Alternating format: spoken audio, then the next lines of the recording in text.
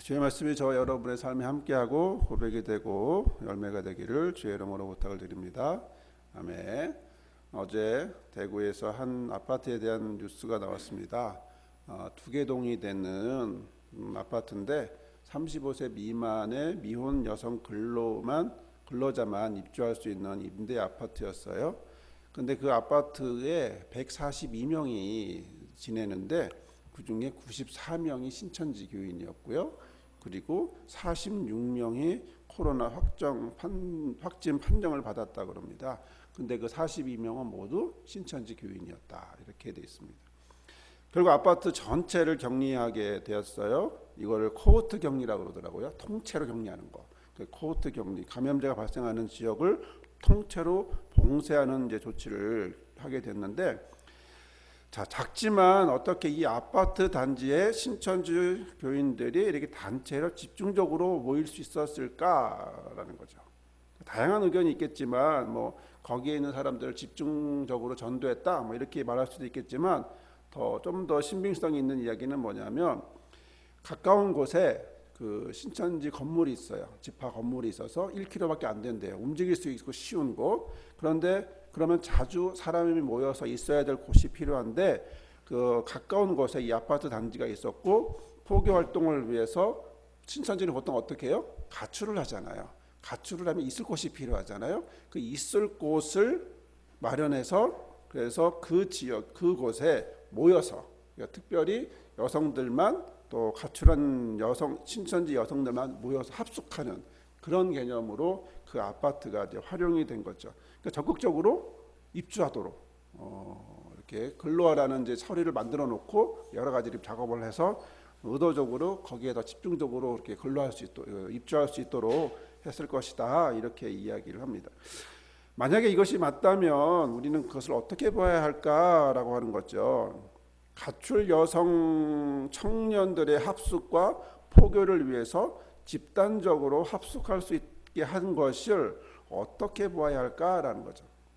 처음에는 그것이 문제될 것이 아니니까 정당한 거고요. 나쁜 방식이 아니니까 할 수 있었지만 중요한 것은 이것을 하나씩 해가면서 자기 집단만을 위한 행위가 있고 이 이단의 가장 큰 문제가 뭐예요? 보편적인 진리가 아니라 개인만을 자기들만의 핵심적인 자기들에게 것만 있는 그런 부분이 있는데 그래서 집단 감염을 하게 돼. 그래서 자기들만의 집단을 만들어 놓고 그 안에서만 뭉치다 보니까 결국에는 집단 감염을 일으키게 하는 통째로 봉쇄할 수밖에 없는 그런 상황이 된 거죠. 그러니까 종교적으로나 과연 이것을 종교적으로나 일반 시민의 눈으로 볼 때 과연 이런 집단적 합숙을 정당할 수 있을까?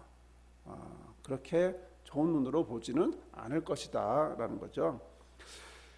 지금은 평상시와 다른 특별한 상황이죠. 전염이라고 하는 전염병이라고까지 표현할 수 있는 집단 상황에서 이 전염을 막기 위한 가장 큰 방법은 뭐예요? 모이지 않는 거죠. 같이 모이지 않는 것을 표현합니다. 강원도 갔더니 5일장이 다 없어요. 다 못해요. 학교 나라에서 다 휴교를 했기 때문에 학교 못 가죠. 학교 가지 말랬더니 학원 가고 노래방 가서 PC방 가서 코로나 걸리고 이런 상황이긴 한데 결국 이제 종교적인 모임도 나라에서는 이제 자제를 합니다. 그래서 목사님들한테 전수조사하면서 상황 조사하면서 어떻게 지내냐 가능하면 하지 않았으면 좋겠다 이렇게 권면하기도 하고 천주교나 불교나 등은 이렇게 좀 교단이 하나로 되어 있는 곳에서는 종교적 모임을 집회나 미사나 이런 부분을 이제 멈추기로 했고요. 교회는 좀 상황이 좀 달라요. 한 교단으로 하나의 획일적인 것이 아니라 개별적인 거거든요. 교회는 천주교나 불교처럼 하나로 모이지 않고 이렇게 한 교단 안에 있는 게 아니라 개별적이기 때문에 좀 더 개별적으로 이제 선택하게 되는 폭이 크다 보니까 그 교회에서 결정을 합니다. 그래서 인터넷 예배를 한다거나 또 가정 예배를 권한다거나 그래서 우리 교단도 이제 총회장 교단 쪽에서 이제 권하죠. 예배를 가능하면 가정 예배로 하시고 또 할 수 있으면 예배를 하게 되더라도 마스크를 차용하거나 공동 식사나 성가대나 이런 부분들은 하지 말라고 그렇게 예배 끝나고 바로 이제 하산하도록 집에 가도록 그렇게 얘기합니다. 저도 고민을 했지만 우리야 넓게 앉으면 될 것이다 라고 생각을 하고 자곤 인원이니까 넓게 앉으면 될 것이다 라고 생각을 하고 이제 예배 자체를 멈추지는 않았는데 또 못 오시는 분은 영상을 찍으니까 영상으로 볼 수 있도록 이렇게 해놓고 있습니다. 근데 이제 재미난 건 뭐냐면 보수적인 목사님들은 주일 예배를 멈출 수 없다 이제 이렇게 이야기를 하고 주일 예배를 하겠다고 해요. 어느 교회는 주일 예배가 큰 교회니까 주일 예배를 하겠다고 하니까 옆에서 이제 지역 주민들이 예배하지 말라고 현수막까지 붙이는 그런 상황이 됐긴 했는데 지역 목사님들을 이렇게 단톡방이 있어서 그곳에 올라오는 이제 글들을 보면 구청에서 전화가 왔다. 예배 어떻게 하냐? 자제 좀 해달라. 안 모였으면 좋겠다. 이렇게 권하는. 그런데 우리 교회는 뭐 주일 예배만 하고 있고 또는 뭐 다 모든 예배를 하고 있거나 뭐 각각의 얘기를 하면서 예배를 못하는 것에 대한 불평을 이제 하기 시작을 합니다. 왜 예배를 못하게 하는 거야? 신천지 때문에 우리가 예배도 못하게 됐네. 주일 성수를 해야 되는데 주일 신앙 해야 되는데 라고 하는 이런 얘기들을 쭉 하게 됐어요. 제 관점에서 제가 재미있게 생각한 건 뭐였냐면 이전 정권 때는 보수 정권 때는 이 보수 목사님들이 보수 정권 때는 죽이 잘 맞았어. 그래서 나라가 원하는 대로 잘 맞춰줘서 했어요.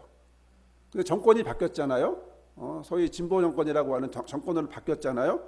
반대 정권이 오니까 다 불만이야. 다 싫어. 다 안 해.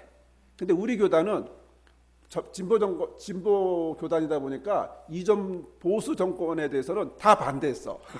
다 반대했고 지금은 나라에 하는 일을 적극적으로 참여하고 도와주자. 뭐 이렇게까지 얘기가 나오는 거예요. 그래서 참 재밌다라는 생각이 듭니다. 자, 그렇다면 이 부분은 어떻게 생각해야 될까? 저는 이 부분에 대해서 이렇게 한번 정리를 해보는데 관점이 주일 성수냐 예배를 지키느냐 이거의 가장 핵심이 뭘까? 하나님 사랑이다.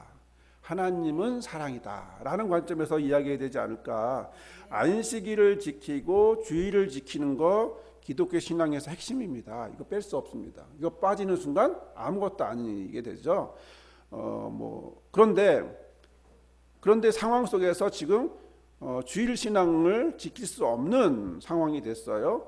또 어떤 쪽에서는 6.25 때도 지켰던 주일 신앙을 일제 때도 지키고 6.25 때도 지켰던 주일 신앙을 이 전염병 때문에 코로나 때문에 하지 말아야 되냐? 왜 나라가 못하게 하냐? 이렇게 비판하기도 하지만 결국 주일 신앙이라고 하는 가장 핵심은 무엇이 중요할까 봤더니 결국 하나님 사랑인데 외식과 형식의 문제가 아니라 예수님은 안식일 논쟁에서 바리새인들이 너희 제자들은 왜 안식일을 안 지키니? 거룩히 안 지키니? 라고 하는 안식일 규정을 갖고 얘기를 했거든요. 안식일을 말한 게 아니라 안식일에 하면 안 되는 39가지 규정 중에 그 한 가지를 어겼다. 곧 안식일을 어겼다라고 하는 결국 사람이 중요해요? 안식일이 중요해요? 사람도 중요하지 않고 안식일도 중요하지 않고 뭐가 중요해? 규정이라고 하는 그것만을 집중해서 얘기하다 보니까 예수께서 뭐라 그래요? 인자가 안식일의 주인이다 이렇게 얘기를 한 거예요. 얘기는 뭐냐면 성경적으로 안식일을 지켜라. 어떤 내려오는 전통 안에서 만들어진 틀 안에서 규칙 안에서 그래서 누구를 비난하고 누구를 정죄하기 위한 그래서 규칙을 만들어 놓은 그것을 지키지 않으면 안식일을 지키지 않은 거야. 이런 식으로 어떤 비난하기 위한 그런 것이 아니라 결국 저는 이렇게 한번 정리를 해보는데 결국 주일 신앙도 주일 예배도 결국에는 사랑이구나. 사랑 안에서 이것을 표현할 수밖에 없구나. 쉽지 않습니다. 사랑 안에서 표현하겠구나. 주일 예배로 모인다 안 모인다 가정 예배를 한다 안 한다 인터넷 예배를 한다 안 한다 이게 아니라 과연 우리가 그런 가운데서 어렵고 힘든 상황 속에서도 하나님을 사랑하는 고백으로 고백하고 있는가. 지금 여러 가지 상황 속에서 단지 우리가 모여서 아니면 안 모여서 이게 문제가 아니라 이 자리를 향해서 이 자리에 고백할 수 있는 물론 이렇게 되면 하나님 사랑하기 때문에 병도 안 걸릴 거라고 믿고 걸리면 이길 거라고 믿고 뭐 다양하게 설명할 수 있겠지만 다 접어두고 그런 인해서 문제가 뭐냐면 나는 이렇게 했는데 너는 왜 못해? 라고 하는 정죄의 개념으로 가지 않는 나는 지금 이런 상황이지만 이렇게 고백하고 이렇게 하나님의 사랑을 표현하고 싶다라고 하는 그런 모습으로 가면 어떨까라는 생각을 해봅니다. 행동에 대한 영향과 마음과 고백 여러 가지 기준이 될 수 있지만, 그런데 이 자리에 있는 것은 주일 성수를 한다라고 하는 종교적 이해보다 다양한 상황 속에서도 하나님 앞에서 고백하고 예배하려고 하는, 다시 말하면 하나님은 사랑인데 나도 하나님을 사랑하는 이 관계의 고백이었으면, 그러면 다른 어떤 상황에 다른 사람들도 서로 품어주면서, 예배하려고 하는 사람도 품어주고 예배하지 않는 사람도 품어줄 수 있지 않을까. 예배하는 사람은 예배 안 한다고 정죄할 거란 말이죠. 예배하는 사람은, 예배 안 하는 사람은 이 상황이 어떤 시대인데 왜 이렇게 얘기할 수 있단 말이에요. 그러나 둘 다 뭐 하고 싶은 거, 핵심은 하나님 사랑하고 싶은 거잖아요. 그럼 하나님의 사랑이라면 다 품어줄지 않을까, 이런 생각을 한번 해보면서 오늘 말씀을 함께 보려고 합니다. 오늘 말씀을 보니까 요한의 고백이 나오는데 굉장히 중요한 고백이 보이네요. 39절에 예수께서 이르시되 와서 보라. 그러므로 그들이 가서 계신 데를 보고 그날 함께 거했다라고 이야기를 합니다. 오늘 말씀에서 눈에 들어오는 말씀은 바로 이 부분입니다. 그날 함께 거했다. 요한은 자신이 예수님과 함께 거했다라고, 함께 기거했다, 함께 했다라는 표현을 하고 있어요. 함께 지냈다, 한 자리에 있었다, 함께 있었다라고 하는 거죠. 어떻게 가능할 수 있었을까? 일단은 그 상황은 코로나 상황은 아니었던 것 같아요. 그렇죠? 만약 코로나였으면 이렇게 말하지 않았겠죠?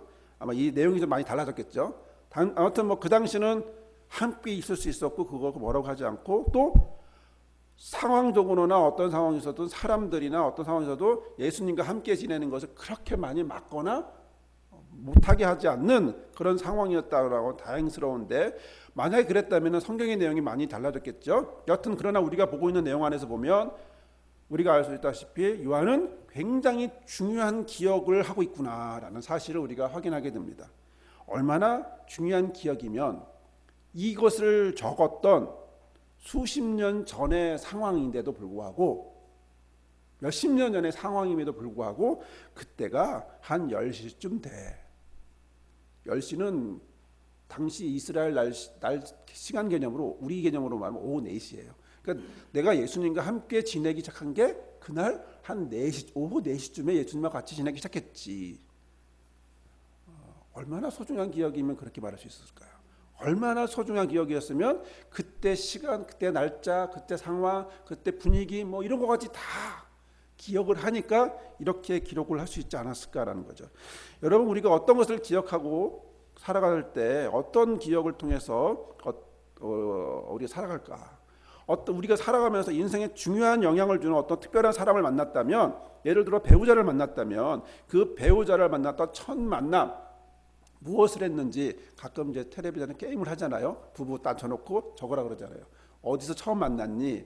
그다음에 뭐 했니? 뭐 뽀뽀는 언제 했니? 물어봤는데 서로 대답이 달라. 그럼 뭐라 그래요? 그 누구야? 이렇게 나가는 건데, 서로 답이 같기도 하는데, 사람은 누군가를 만나고 그 누군가가 굉장히 중요한 사람이라면, 그러면 그 사람과의 있었던 기억들을 굉장히 소중히 여기고 굉장히 중요시 여기고 그 기억을 계속하고 싶어지고, 그래서 그 기억 때문에 다시 또 힘이 나고, 그때 그랬지 하면서 다시 한번 되돌리고.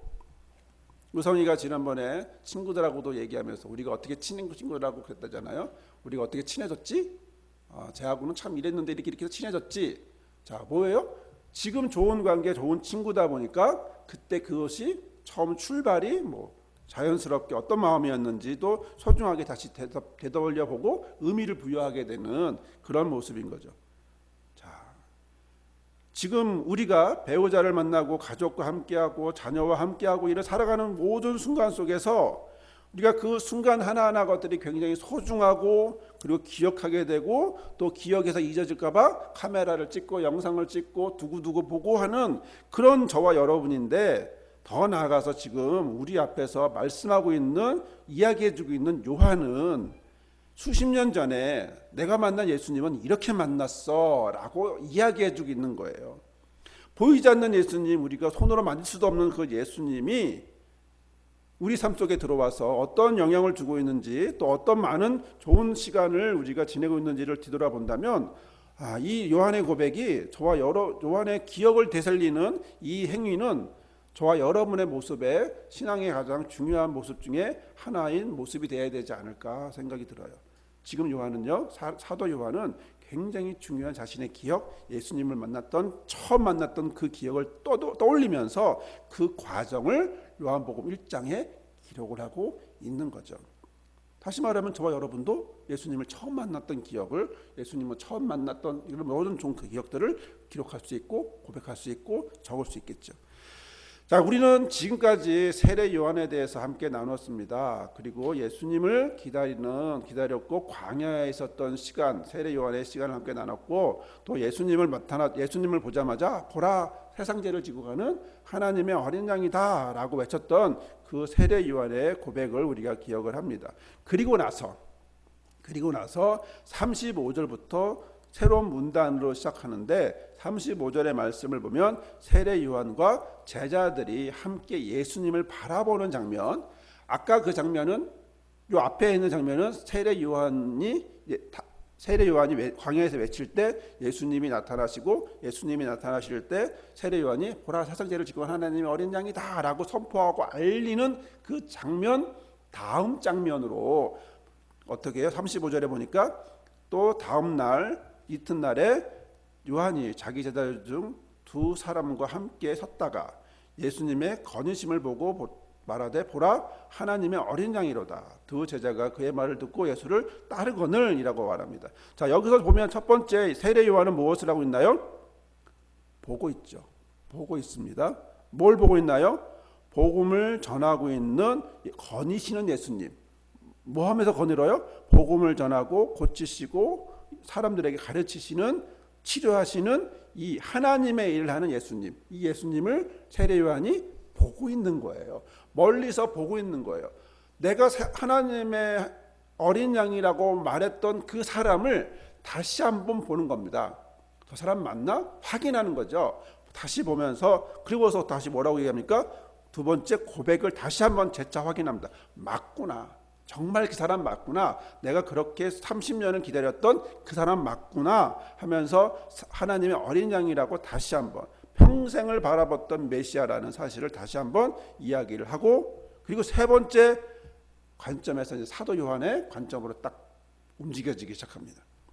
자, 이 모든 것을, 이런 모든 세례 요한의 움직임을, 세례 요한의 모든 모습을 사도 요한이 어떻게 해요? 보고 있었다라는 거죠.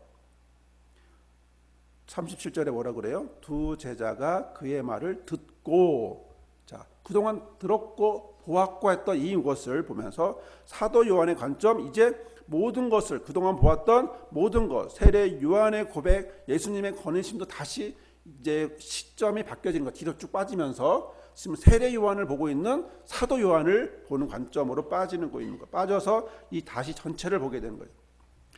자, 이렇게 되어서 우리는 이제 알게 된 건, 지금까지 우리는 세례 요한의 이야기인 줄 알았는데, 이 모든 이야기가 누구의 이야기였다? 사도 요한의 이야기였구나.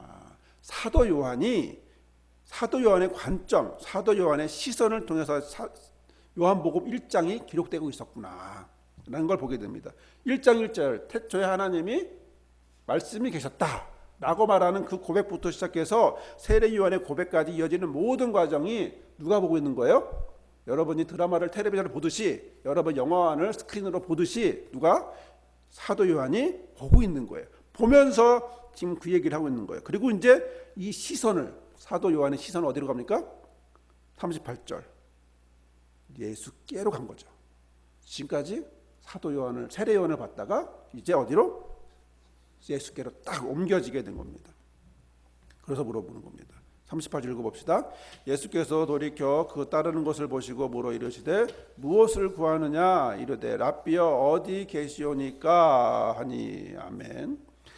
사도 요한은 기억을 하고 있는 겁니다. 자신에게 예수께서 돌아보셨다. 앞에 있었던, 등을 보이셨던 그 예수께서 돌이키셨다, 돌아보셨다, 그리고 물으셨다라고 하는 첫 만남을 기억하고 있는 겁니다. 자, 먼저 예수께서 돌이켜 그를 따르는 것을 보셨다. 이 말씀은 결국 예수께서 주변에 자기를 누가 따르고 있구나라는 걸 알아야 몰라요? 안다라는 거죠. 굉장히 관심을 갖고 집중해 보고 계셨다는 거죠. 두 번째는요, 예수께서 이렇게 물으십니다. 무엇을 구하느냐? 무엇을 찾고 있느냐? 좀 더 정확하게 표현하면 너는 네 인생에서 추구하는 게 뭐니? 너의 눈으로 보는 현실적인 것을 넘어 하늘의 것, 위의 것을 추구한다면 그게 뭐니? 너의 인생의 목표는 뭐니? 라고 물어보는 거예요. 예수님이 지금 그냥 너 뭐 구하니? 뭐 손님이 가게집 왔을 때 어서 오세요, 뭐 드시고 싶어, 이게 아니라 좀 더 본질적인, 좀 더 집중적인, 좀 더 삶의 의미. 왜 여기 있니? 왜 너는 여기에 이러고 있니? 왜 이 자리에 있니? 지금 자신을 따라온 그를 보면서 뒤돌아보면서 물으시는 거예요. 너의 인생 목표는 뭐니? 라고 묻는 거예요. 이 헬라어로 우리 이제 번역상 조금 가볍게 느껴지지만 헬라어로는 굉장히 깊이 있는 본질에 대한 질문인 거죠. 너는 뭘 지금 추구하고 있니? 왜 여기 있니? 라고 물어보는 거예요. 그러면 우리 같으면 뭐라 그럴까요? 여러 가지 얘기할 수 있겠죠. 거기에 대해 맞는 대답을 할 수 있겠죠. 나는 하늘의 것을 추구합니다. 나는 메시아를 찾습니다. 말하고 싶은데 사도 요한은 그렇게 말하지 않아요. 뭐라고 얘기하죠? 라비어, 어디 계십니까? 어디서 지내십니까? 무슨 얘기일까요? 즉각적인 대답이 아니라 우리 좀 더 많이 이야기해 봅시다, 이거죠. 즉각적인, 그냥 한 번 만나고 이례적으로 만나고 헤어지는, 잠깐 있다가 헤어지는 그런 대중이 아니고 나는 당신과 오래 함께 계속해서 있고 싶어요. 그렇기 때문에 지금 당신은 어디 계세요? 우리 저는 당신과 집중해서 얘기해 보고 싶어요. 그거에 대해서 찾고 싶어요. 라고 얘기하는 겁니다. 그래서 오늘 말씀으로 이어집니다. 39절. 예수께서 이르시되 와서 봐라. 그래서 와서 봐라. come 해서 와라. 그리고 봐라. 자, 그런데 여기서 이 와서 보라라고 하는 말은 명령형인 동시에 보라라고 하는 것은 허락해 주는 거죠. 너의 행동을 지지해 주는 거예요. 너가 그렇게 할 수 있도록. 안 돼, 우리 집에 오지 마. 그러시잖아요. 내가 있는 거 오지 마. 나 비밀이야. 나 신비주의야. 오지 마. 라고 말할 수 있잖아요. 근데 그렇게 안 하고 뭐라 그래요? 그래, 와서 같이 있자. 같이 와서 나의 모든 것을 다 보여주면서 같이 동고동락하자 라고 하는 표현인 거죠. 예수님이 앞으로 있을 모든 미래까지도 모든 영적인 생명과 모든 위대한 능력의 비밀까지 다 보여주겠다고 얘기하는 거예요. 다 오픈하는 거죠. 여러분들이 사귀고 여러분들이 만나야 될 가장 중요한 사람들의 기준은 뭐냐면 오픈할 수 있는 사람이어야 돼요. 한참 뒤돌았는데, 한참 만났는데 자꾸 양파 같아. 까면 깔수록 자꾸 뭐가 새롭게 막 나와. 근데 좋은 게 아니고 자꾸 이상한 게 나와. 만났더니 뭐가 나오고 나쁜 게 나오고 그러더니 끝이 안 보여. 막 나와. 만나면 안 돼요. 두 번째, 나도 그런 사람 될 수 있어요. 그렇죠? 나도 그런 사람 될 수 있기 때문에 나도 그런 사람 되면 안 되겠죠? 여튼 예수님은 지금 다 오픈한 거예요. 다 와서 봐라. 다 있는데 보여줄게. 자, 그러므로 그가 계신 곳에 가서 봤다라고 돼서 그가 계신 곳에 봤어라고 하는데 어디 계셨을까요? 자, 어디 계셨을까요? 과연 예수님은 어디에 계셨을까? 어디에 지내셨을까? 화려한, 좋은, 멋진 곳에 계셨을까? 아니면 보통 일반적인 곳에 계셨을까? 아니면 허름한 곳에 계셨을까? 여러분들은 어떻게 생각하세요? 예수님은 어디에 계셨을까요? 어떻게 예수님은 이렇게 누추한 곳에 계실까? 이렇게 생각할 수도 있고, 이런 얘기가 있습니다. 슈바이처 박사에 대한 일화인데, 그가 1952년도인가요? 여기 노벨 평화상을 받으러 이제 가고 있는데 기차를 타고 갔어요. 기자들이 이제 슈바이처 박사를 찾으러 간 거죠. 특등석 1등석을 찾았어요. 안 보여. 안 탔나? 어디 갔지? 그랬더니 한 사람이 기자 중에 내가 볼 땐 이분이 여기 있을 것 같지 않은데? 그러더니 어디? 쭉 가서 뒤에 3등석에 가서 거기서 흑인들하고 같이 있더래요. 이분은 노벨 평화상을 받는 것이 중요해요? 안 중요해요? 감사하겠지만 그러나 노벨 평화상이 인생의 목표가 아니라 여전히 그분은 끝에서 가장 힘들게 어렵게 그 기차를 타고 가고 있는 3등석의 사람들이 더 중요한. 우리가 타이타닉을 영화를 기억하잖아요. 그 타이타닉의 남자와 여자는 어떤 차이가 있을까요? 신분의 차이가 있어요. 여자는요 1등석을 타고 있어요. 남자는요 밑에 제일 밑에 그 제일 힘든 바닥에 있는 바로 그곳을, 그래서 아무것도 그냥 뭐죠? 몰려서 자고 있는 그런 지내는 바로 그런 곳에 이제 거기 있었던 거죠. 물이 제일 먼저 거기서 찼죠. 왜 이 사람이 타이타닉을 보면 왜 그 사람이 그 배를 탔냐 하면 당시에 그 아일랜드인가요? 그쪽에 감자 농사가 완전히 흉년이었어. 먹을 수가 없어. 그래서 1년에 수많은 사람들이 굶어 죽었어요. 그럼 어떻게 해? 방법은 어딘가 가야 되는 거야. 방법은 신세계로 가는 거죠. 그래서 방법이 그 배를 탄 거예요. 타이타닉을 탄 거예요. 부자들은 좋게 뭐 한 거 가고 돈 많은 애들은 그렇게 간 거지만 그래서 밑에 사람들에서 필요 이상의 많은 사람들로 많이 꽉꽉 차여져서 또 이제 많이 힘들었을 모습. 근데 영화는 멋있게 나오니까 얘가 이렇게 올라와서 근데 실제로 못 와요. 왜요? 실제로는 이게 막혀 있대요. 철장으로 막혀서 못 나온대. 그래서 사고 났을 때도 이 사람들이 더 많이 죽었던 이유가 막혀서 막아놔서 못 올라왔다고 그러더라고요. 여하튼 근데 영화는 멋있게 뭐 부자 아가씨와 데이트하는 장면으로 뭐 타이탄 이러고 있고 막 이런 멋있는 장면도 있지만 여하튼 자 예수님은 과연 어디 계셨을까? 멋지고 좋은 자리에 있었을까? 아니, 분명히 예수님은 그냥 거기서 있는 그 사람들과 자신이 필요로 하는 사람들 속에서 같이 지내고 있었을 것이다. 사도 요한이 본 곳은 어떤 곳이에요? 지금 바로 그런 곳을 보시고 예수님이 그렇게 있는 걸 보시고 이렇게 모든 걸 오픈하고 보여주는 예수님의 모습을 보고 있는 거죠. 일반 백성의 집 아니면 그보다 못한 집일 수도 있어요. 초라하고 보잘것없는 그런 곳일 수도 있어요. 그런데 중요한 부분은 사도 요한이 예수님과 어떻게 해요? 함께하기 시작했다라는 거예요. 함께하기 시작했다. 장소가 중요한 게 아니고 누구랑 있느냐가 중요한 거예요. 어떤 사람이랑 있느냐가 중요한 거죠. 장소가 아닌 함께 지내는 것에 더 의미를 두다 보니까 그렇지 않다면 다른 것에 의미를 두었다면 그 초라한 것에 화려하지 않은 것에 불만을 표현했을 것이고 그렇다면 사도 요한은 어때요? 나는 여기 못 있겠어. 예수님하고 잘 지내고 싶은데 너무 힘들어. 예수님 너무 더러운 곳이야. 너무 불편한 곳이야. 어떻게 여기서 사람이 살 수 있어? 라고 하면서 싫었겠죠. 그러나 사도 요한은 어떻게 해요?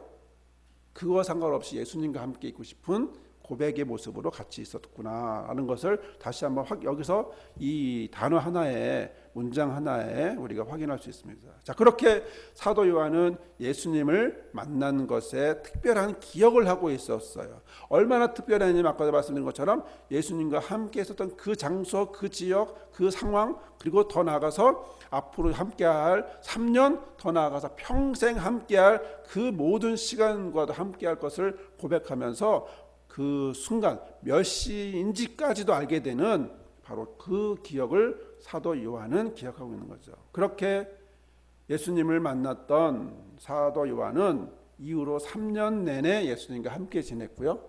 그리고 예수님이 죽으시고 부활하신 뒤에도 사람들과 죄인들과 함께 지내면서 평생을 지냈고요. 예수님처럼 예수님에게 받은 그 3년의 모습을 그는 나중에 사람들과 함께 평생을 그렇게 같이 지내는 사람으로 바뀌어진 것을 우리가 성경을 통해서 확인하게 됩니다. 자, 사랑하는 여러분, 우리는 오늘 사도 요한의 고백을 듣고 있습니다. 예수님과 함께 했던 첫 만남을 기억하고 있습니다. 자신의 시작을 보고 있습니다. 자신의 인생을 바꾼, 자신의 삶을 바꾼 그 처음을 사도 요한은 이야기해주고 있습니다. 자, 우리는 지금 누구와 함께 있을까요? 예수님과 함께 거하고 있나요? 그 순간을 소중히 품고 저와 여러분은 사도 요한처럼 고백하고 있나요? 만남을 소중히 여기는 이 첫 만남을 소중히 여기는 사도 요한의 고백이 우리의 저와 여러분의 신앙의 고백이 되기를 바랍니다. 사도 요한은 그것을 시작으로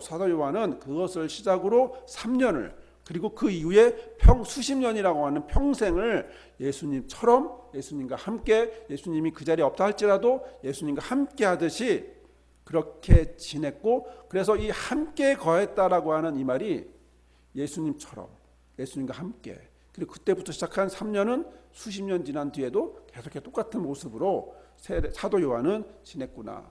저와 여러분을 만난 예수님, 저와 여러분이 만나는 그 예수님이 와서 말합니다. 와서 보라, 나와 함께 하자, 같이 있자, 내가 너와 함께 지낸다, 그리고 내가 너와 함께 있을 것이다. 그리고 그 예수님이 저와 여러분을 향하여 죽으시고 부활하신 이후 또 계속해서 함께 하고 있습니다. 이 고백을 저와 여러분이 계속해서 고백하고 믿고 바라보고 고백하는 저와 여러분이 되시기를 주의 이름으로 부탁을 드립니다. 아멘. 시간 함께 기도하겠습니다. 우리 기도하실 때 우리의 신앙을 하나님, 우리의 주님을 만났던 그 고백을 기억하며 고백하게 해달라고 이 시간 함께 기도하겠습니다. 고마우신 주님 감사합니다. 연약한 우리를 인도하셔서 오늘도 사도 요한이 예수님을 처음 만났던 것을 기억하고 또 그것이 자신의 인생의 출발로 새로운 변화를 주었던 것을 보았듯이 오늘도 우리를 향하여 만나주신 예수님이 우리를 오늘도 붙잡아 주시고 인도하시며 그 예수님이 우리 하나님이 되어 하나님의 어린 양이 되어 우리의 삶을 이끌어가는 줄 믿사오니 주여 오늘 우리의 믿음을 고백하게 하시고 그 만남을 기억하며 하나님과 함께 예수님과 함께 할 수 있도록 아버지 고백할 수 있도록 또한 우리의 삶을 이끌어 주시옵소서.